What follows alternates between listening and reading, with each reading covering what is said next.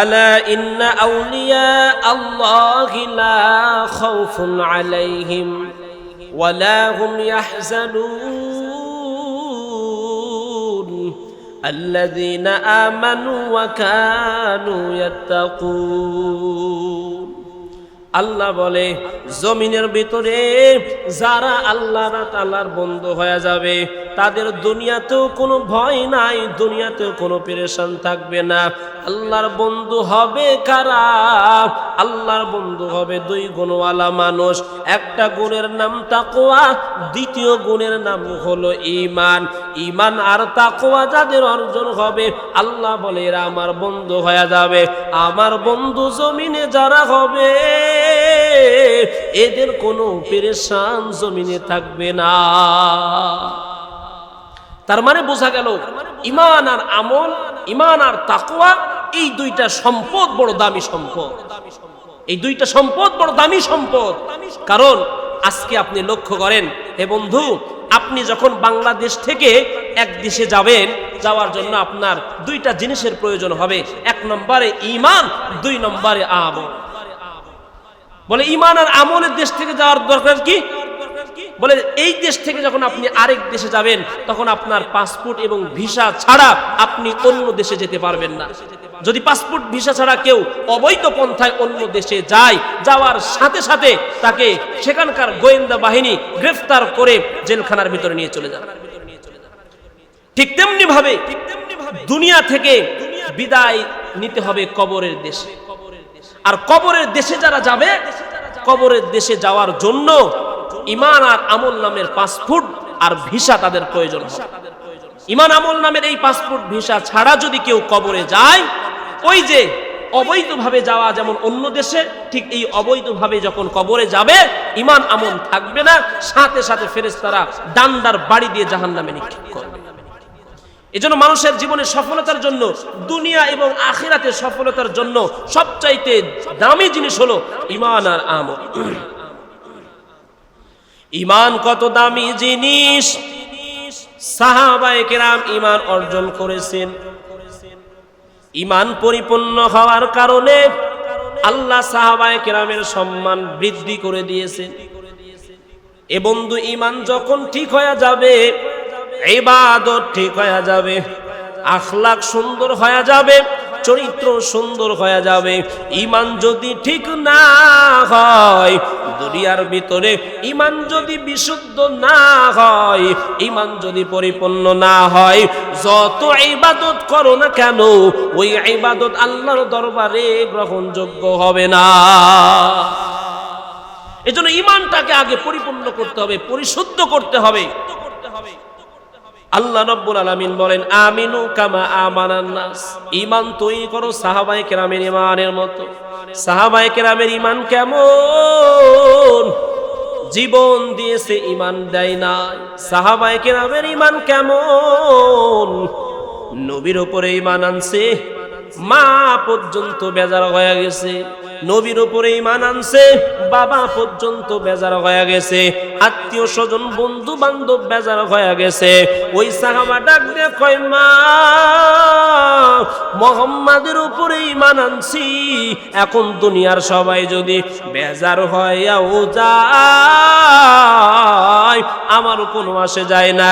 যেমন একজন সাহাবা, ওই সাহাবা যখন ঈমান আনয়ন করেছে, ঈমান আনার কারণে তার মা ডাক দিয়ে কয়, রে সন্তান, মুহাম্মাদের উপরে ঈমান আনছো, এটা তুমি ঠিক করো নাই, ঈমান ছাড়তে হবে। ঈমান যদি না ছাড়িয়া দাও, আমি কয়েকজন পর্যন্ত না খেয়ে থাকবো। না খেয়ে খেয়ে দুর্বল অবস্থায় যদি আমি মারা যাই, এরে সন্তান, দুনিয়ার মানুষ তোমাকে বলবে তুমি তোমার মাকে হত্যা করেছো। আল্লাহর নবীর সাহাবা ডাক দিয়ে কই, মা, নবীর উপরে ঈমান আনছি, মাগো এমন কথা কখনো বলিও না, কারণ আমি আমার জীবন দিতে পারবো কিন্তু ঈমান দিতে পারবো। মা বড় রাগান্বিত হয়ে গেলেন। ওই মা 2 দিন পর্যন্ত না খাওয়ার কারণে আজকে এত অসুস্থ দুর্বল হয়ে গেল। দুর্বল হইয়া চিন্তা করতেছে, যদি আমি দুর্বল হই আমার সন্তানটা আমার মায়ায় হয়তো দিন ছেড়ে দিবে, মুহাম্মাদের উপর থেকে ঈমান বিসর্জন দিয়ে দিবে। কিন্তু সাহাবা ডাক দিয়া বলে, রে মা, আল্লাহর কসম,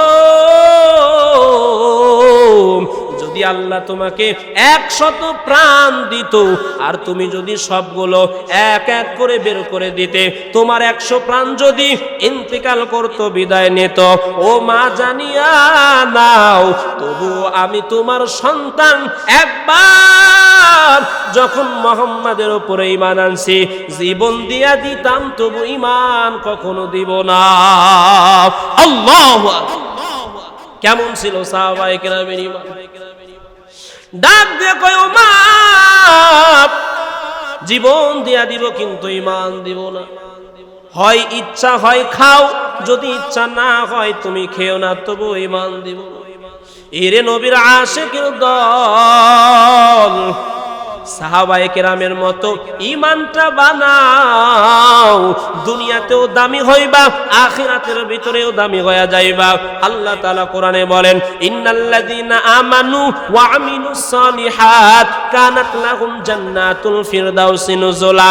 জমিনের মধ্যে যারা ঈমান আনবি, নেক আমল করিয়া করিয়া চলবি, আল্লাহ বলে সবচাইতে কাঙ্ক্ষিত জান্নাত, জান্নাতুল ফিরদাউস তোর জন্য বরাদ্দ হয়ে যাবে। আল্লাহ রাব্বুল আলামিন কোরআনের অন্য আয়াতের মধ্যে জানায় দেন, ইন্নাল্লাযীনা আমানু ওয়া আমিলুস সালিহাত উলাইকা হুম খায়রুল বারিয়া। জমিনের মধ্যে যারা ঈমান আনবে, নেক আমল করিয়া করিয়া চলবে, আল্লাহ জানায় দেন জমিনের মধ্যে সবচাইতে উত্তম মানুষ তারা হয়ে যাবে। এই জন্য ঈমানের বড় দাম। ঈমান আমাদেরকে আনতে হবে, ঈমানটাকে মজবুত করতে হবে, পরিপূর্ণ করতে হবে। আজকে সাহাবায়ে কেরাম প্রকৃত ঈমানের স্বাদ গ্রহণ করতে পেরেছে, কিন্তু আমরা ঈমানের স্বাদ গ্রহণ করতে পারি নাই। রাসূলুল্লাহ সাল্লাল্লাহু আলাইহি ওয়াসাল্লাম বলেন, 3টা গুণ যার ভিতরে থাকবে একমাত্র সেই ঈমানের প্রকৃত স্বাদ গ্রহণ করবে। কয়টা গুণ বলেন? 3টা গুণ যার ভিতরে থাকবে সে প্রকৃত ঈমানের স্বাদ গ্রহণ করবে, নয়তোবা ঈমানের স্বাদ কেউ গ্রহণ করতে পারবে। আল্লাহর নবী বলেন, 1 নম্বর গুণ, জমিনের মধ্যে একজন বান্দার অন্তরে পৃথিবীর সব কিছুর চাইতে আল্লাহ এবং আল্লাহর রাসূলের মহব্বত বেশি থাকতে হবে। 1 নম্বর গুণ, পৃথিবীর ভিতরে আল্লাহ এবং আল্লাহর রাসূলের ভালোবাসা পৃথিবীর সবকিছু থেকে তার অন্তরে বেশি হতে হবে। 2 নম্বরের গুণ, কাউকে যখন ভালোবাসবে একমাত্র আল্লাহর জন্য ভালোবাসবে। 3 নম্বরের গুণ, কুফর থেকে এমন ভাবে দূরে সরে যাবে যেমন মানুষ আগুন থেকে দূরে সরে যায়। আগুন দেখলে যেমন মানুষ ভয় করে, আগুনে ঝাঁপ দিতে যেমন অপছন্দ করে, ঠিক কুফর থেকে মানুষ তেমনি ভাবে দূরে সরে যাবে, কুফরকে ভয় করবে। এই 3টা গুণ যারা অর্জন করবে তারাই ঈমানের স্বাদ গ্রহণ করবে। আজকে তাকায়া দেখেন, আমাদের অন্তরের মধ্যে রবের ভালোবাসা নাই, রবের মহব্বত নাই, রবের পক্ষ থেকে আমাদের এই জন্য কোনো আল্লাহ তাআলার খাস রহমত আমাদের উপরে নাজিল হয় না। ঠিক না ঠিক বলে?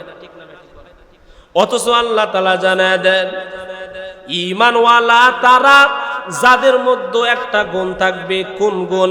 আল্লাহ বলেন, ওয়াল্লাযীনা আমানু আশাদ্দু হুব্বাল লিল্লাহ। জমিনের মধ্যে যারা মুমিন, এদের অন্তরে আল্লাহর রাসূলের মহব্বত থাকবে, ভালোবাসা থাকবে। তাকায়া দেখো রে গোলাম, আজকে আমাদের অন্তরের মধ্যে আল্লাহর ভালোবাসা নাই, নবীর মহব্বত নাই। অথচ মায়ার নবী হাদিসের মধ্যে জানায়া দেন, ইন্নাহু লা ইউমিনু আহাদুকুম হাত্তা আকুনা আহাব্বা ইলাইহি মিন ওয়ালিদিহি ওয়া ওয়ালাদিহি ওয়ান নাসি আজমাইন। ততক্ষণ পর্যন্ত জমিনের কেউ মুমিন হতে পারবে না যতক্ষণ পর্যন্ত আমি নবীকে তার মায়ের চাইতে, বাবার চাইতে, স্ত্রী সন্তানের চাইতে, দুনিয়ার ব্যক্তি বস্তুর চাইতে ভালো না বাসবে, ততক্ষণ পর্যন্ত মুমিন হতে পারবে না। সাহাবায়ে কেরাম কেমন নবীকে ভালোবাসতে গোলাপ, নবীর জন্য এত পাগল।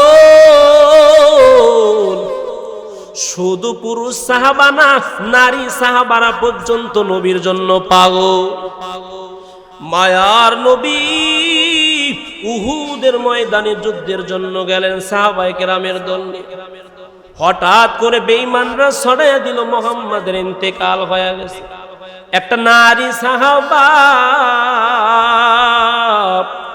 কর্ণে কহরে যখন আসছে মুহাম্মদ দুনিয়া থেকে বিদায় নিয়েছে, পাগল বেকারার হইয়া দৌড়ায়, উহুদের প্রান্তরের দিকে দৌড়ায় দৌড়ায় রে বাবা।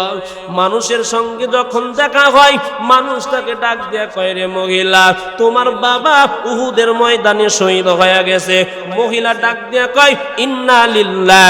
আবার আওয়াজ দেয়, আমার নবী কেমন আছে বলো। সামনের দিকে দৌড়ায়, আবার মুখের ডাক দেয়া কয়, রে মহিলা তোমার স্বামী ইন্তেকাল করেছে। মহিলা সামনের দিকে দৌড়াইতে থাকে। মহিলাকে ডাক দেয়া কয়, রে মহিলা তোমার সন্তান ইন্তেকাল করেছে। ওই মহিলা ইন্না লিল্লাহ বলে সামনে দৌড়ায়, আর ডাক দেয়া কয়, তোমরা বলো আমার নবীর কি হালাত। কে জানো ডাক দেয়া কয়, রে মহিলা ওই যে মুহাম্মদকে দেখা যায়, ওই যে নবীকে দেখা যায়। মহিলা একটা দৌড় দিয়া নবীকে দেখার পরে চক্ষু দুইটা শীতল করিয়া ডাক দিয়া কয়, নবী আপনি জীবিত থাকার পরে, আপনি সহি সালামতে থাকার পরে আমার মা যদি ইন্তেকাল করে, আমার বাবা যদি ইন্তেকাল করে, আমার স্বামী যদি ইন্তেকাল করে, আমার সন্তান যদি ইন্তেকাল করে, ও নবী আমার দুনিয়ার সব কিছু যদি চলে যায় তাতেও আমার দুঃখ নাই, আমার দুঃখ নাই। কি পরিমাণ ইমানের মধ্যে মজবুতি, কি পরিমাণ নবীর প্রতি মহব্বত, কি পরিমাণ নবীর প্রতি ভালোবাসা রে বাবা। এর নবীর আশিকের দল। আজকে আমাদের এই ইমান, এই ভালোবাসা কই গেল বলো। আজকে 12 রবিউল আউয়াল আসছে, খালি তো ইশকে রাসূল দেখায়, কিন্তু নবীজিকে মহব্বত করনেওয়ালার মতো কাউকে পাওয়া যায় না। কথা বলেন ঠিক কিনা? নবীজির একজন সাহাবা আব্দুল উজ্জা, এত দামি একজন সাহাবা এমনি এমনি দামি হয় না। আব্দুল উজ্জা এত দামি হওয়ার পিছনে কারণ, যখন শুনছে নবী দুনিয়ার ভিতরে নবীজির উপরে নবুয়ত দান করা হয়েছে, নবীর যখন কথা শুনেছে, নবীর আখলাক সম্পর্কে যখন অবগত হয়েছে, নবীর চরিত্র সম্পর্কে যখন জানছে, নবীকে দেখার জন্য পাগল পারা হয়ে গেছে। ওই আব্দুল উজ্জা নামের সাহাবা জমিনে ছিল এতিম, বাবা ছিল না, ছোটবেলায় বাবা দুনিয়া থেকে বিদায় নিয়েছিল।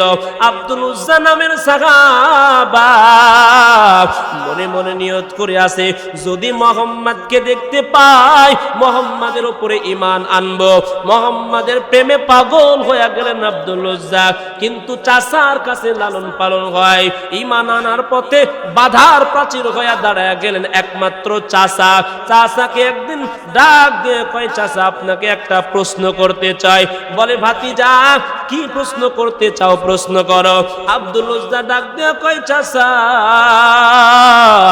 মক্কা মদিনার জমিনে এমন একজন মানুষের নাম, যেই মানুষটার নাম ছড়ায়া পড়ছে, যার বিশ্বস্ততা, যার আখলাক জমিনের মধ্যে ছড়ায়া পড়ছে। ও চাচা আমি একটু আপনার কাছে জানতে চাই, আপনি একটু বলেন না নবী মুহাম্মাদের আখলাক কেমন, তিনি মানুষটা আসলে কেমন। চাচা ডাক দিয়ে কয়, রে ভাতিজা এমন একটা মানুষের কথা তুই আমার কাছে জিজ্ঞাসা করলি, ভাতিজা তাইলে উত্তরটা শুনিয়া নাও। মক্কা মদিনার জমিনে যদি আখলাকওয়ালা, চরিত্রওয়ালা ভালো কোনো মানুষ থাকে, সেটা হলো একমাত্র মুহাম্মদ। আল্লাহু আকবার। মুহাম্মাদের মতো দামি মানুষ মক্কা জমিনে নাই, মদিনার জমিনে নাই। এইবার আব্দুল উজ্জা ডাক দেয়া কয়, চাচা আপনি যখন এমন সাক্ষী দিলেন, নবীর আখলাক চরিত্রের সাক্ষী যখন দিয়ে দিলেন, আমিও আপনাকে সাক্ষী রেখে ঘোষণা দিতে চাই, আজ আমি মুহাম্মাদের উপরে ঈমান আনলাম। আব্দুল উজ্জার সাথে সাথে কালিমা পড়লেন, মুসলমান হয়ে গেলেন। চাচার মাথা গরম হয়ে গেল, ডাক দেয়া কয়, রে আব্দুল উজ্জা, মুহাম্মাদের উপরে ঈমান আনার জন্য আজকে থেকে তোর উপরে এমন শাস্তি শুরু হয়ে যাবে। কেন বল মুহাম্মাদের উপরে ঈমান আনলি? যদিও মুহাম্মদ ভালো, মুহাম্মাদের চরিত্রের সার্টিফিকেট দিয়েছি, কিন্তু মুহাম্মাদের উপরে ঈমান আনলে সহ্য করব না। আব্দুল উজ্জা ডাক দিয়ে কই, চাচা ঈমান এমন একটা দামি সম্পদ, একবার যখন মুহাম্মাদের উপরে ঈমান আনছি চাচা, দুনিয়ার সব কষ্ট সহ্য করতে পারবো, কিন্তু ঈমান বিসর্জন দিতে পারবো না। চাচা ডাক দিয়া কয়, আব্দুল উজ্জা ভালো করে বললাম ঈমান ছেড়ে দে। ভাতিজা কয়, চাচা কোশ্চিন কালে সম্ভব না। এবার চাচা ডাক দিয়া কয়, রে আব্দুল উজ্জা, মুহাম্মাদের উপর থেকে যখন ঈমান ছাড়বি না, তাইলে শুনিয়া নে, এতদিন পর্যন্ত তুই আমার কাছে থেকে এসিস, আমার খাইলি, আমার কাছে লালিত পালিত হইলি, আজকে কোনো সুযোগ নাই, আজকে তুই আমার দরবার থেকে বের হয়ে যা, তোরে আমি আর দেখতে চাই না, তোরে রাখতে চাই না। এরে নবীর আশিকের দল যুবক, আব্দুল উজ্জা এবার ডাক দেয়া কয়, চাচা ঠিক আছে, আজকে থেকে আমি আপনার কাছ থেকে বিদায় নিব। আব্দুল উজ্জা চোখের পানি ফেলে কান থেকে বিদায় নেবে, এমন সময় চাচা ডাক দেয়া কয়, দাঁড়া আব্দুল উজ্জা দাঁড়া, এখনো হিসাব নিকাশ বাকি আছে, দাঁড়ায়া যা। বল কি হিসাব নিকাশ? এবার চাচা ডাক দেয়া কয়, রে ভাতিজা, এতদিন পর্যন্ত তোর কাছে আমার যেই সামানগুলো ছিল, আমার দেওয়া বাড়ি গাড়ি ধন সম্পদ যা ছিল, আজ থেকে সবগুলো আমারে ফিরায় দে, তোকে কিছুই দেব না। আব্দুল উজ্জা এক এক করে সবগুলো ফিরায় দেয়। ডাক দেয়া কয়, চাচা এই নেন আপনার সম্পদ, এই নেন আপনার গাড়ি বাড়ি, এই নেন আপনার পশু পাখি, সবগুলো আপনারে দিয়া দিলাম, এবার আমি বিদায় নেই। এইবার আব্দুল উজ্জা চোখের পানি ফেলতে ফেলতে বিদায় নিলেন। ডাক দিয়া কয়, এ ভাতিজা দাঁড়া, এখনো পর্যন্ত হিসাব বরাবর হয় নাই, দাঁড়া দাঁড়া দাঁড়া, ওই যে তোর পরনের মধ্যে যেই লুঙ্গিটা দেখা যায়, এটাও আমার দেওয়া লুঙ্গি, আমি এটা তোরে দিতে পারি না, লুঙ্গিটা খুলে আমাকে দিয়ে দে। আব্দুল উজ্জা ডাক দিয়ে কয়, চাচা সব কিছু আমার থেকে আপনি নিয়ে নিয়েছেন, বাড়ি গাড়ি ধন সম্পদ আপনাকে সব কিছু দিয়ে দিয়েছি। ও চাচা, একটা মাত্র কাপড়, একটা মাত্র লুঙ্গি, যেইটার মাধ্যমে ইজ্জত আবরুর আমি হেফাজত করি, আপনি এটা আমার থেকে ছিনায়া নিবেন না, এত বড় অন্যায় আপনি আমার সাথে করবেন না। চাচা ডাক দিয়ে কয়, আব্দুল উজ্জা রে, মুহাম্মাদের উপরে ঈমান আনছো কোনো কথা নাই, লুঙ্গিটা খুলে আমাকে এখনই দিয়ে দাও। আব্দুল উজ্জার সাথে সাথে লুঙ্গিটা খুলে চাচার কাছে দিয়া ডাক দিয়া কয়, চাচা লুঙ্গিটা আপনাকে দিয়ে দিলাম, তবু ঈমান দেওয়া সম্ভব না। আব্দুল উজ্জা চোখের পানি ফেলায়া ফেলায়া একটা দৌড় দিয়া মায়ের কিনারায় চলে গেলেন। ডাক দিয়ে কয়, মা, মা আওয়াজ শুনিয়া ভিতর থেকে এসে দরজায় সন্তানের চেহারার দিকে তাকায়া মুখ ফিরাইয়া নিলেন। ডাক দিয়া কয়, রে আব্দুল উজ্জা, এমন কেন হালাত হয়ে গেল? ডাক দিয়া কয়, মা, মুহাম্মাদের উপরে ঈমান আনার কারণে আমার চাচা সব কিছু আমার কাছ থেকে নিয়ে নিয়েছে। ও মা, যদি একটা কাপড়ের ব্যবস্থা থাকে আমাকে দাও। মা তড়িঘড়ি করে একটা কম্বলের 2 টুকরা করে আব্দুল উজ্জাকে দিয়ে দিলেন। আব্দুল উজ্জা উজ্জা এইটা নিয়ে পরিধান করে দৌড় দিয়া নবী মুহাম্মাদের দরবারে চলে গেলেন। নবীর কাছে যাইয়া ডাক দিয়া কয়, নবী তাকায়া দেখে আপনার উপরে ঈমান আনার কারণে আমার চাচা কি পরিমাণ কষ্ট, কি পরিমাণ জুলুম আমার উপরে করেছে। নবী আমি আপনার উপরে ঈমান আনছি, জীবন দিয়া দিব তবু ঈমান বিসর্জন দিব না। মায়ার নবী আমার ডাক দিয়া কইলে, সাহাবায়ে কিরাম আব্দুল উজ্জাকে গ্রহণ করিয়া নাও। আমার ছাত্রদের আসহাবে সুফফার ছাত্রদের মধ্যে দলভুক্ত করিয়া দাও। আব্দুল উজ্জা এত দামি হয়ে গেলেন, ঈমানের স্বাদ গ্রহণ করলেন। এই আব্দুল উজ্জা এত সম্মানিত। মায়ার নবী আমার কয়েকজন সাহাবার কবরে নেমেছেন, তাদের মধ্যে একজন দামি সাহাবা হলো আব্দুল উজ্জা, যেই সাহাবার মৃত্যুর পরে নবীজি নিজে তার লাশটা কবরের মধ্যে দাফন করেছে। এই জন্য ঈমান যখন দামি হবে, আপনার যখন ঈমান দামি হবে, তখন আল্লাহ তাআলা আপনাকে দামি বানিয়ে দিবে। দুনিয়া আখিরাতে আল্লাহ এত দামি বানাবে আপনি কল্পনা করতে পারবেন না।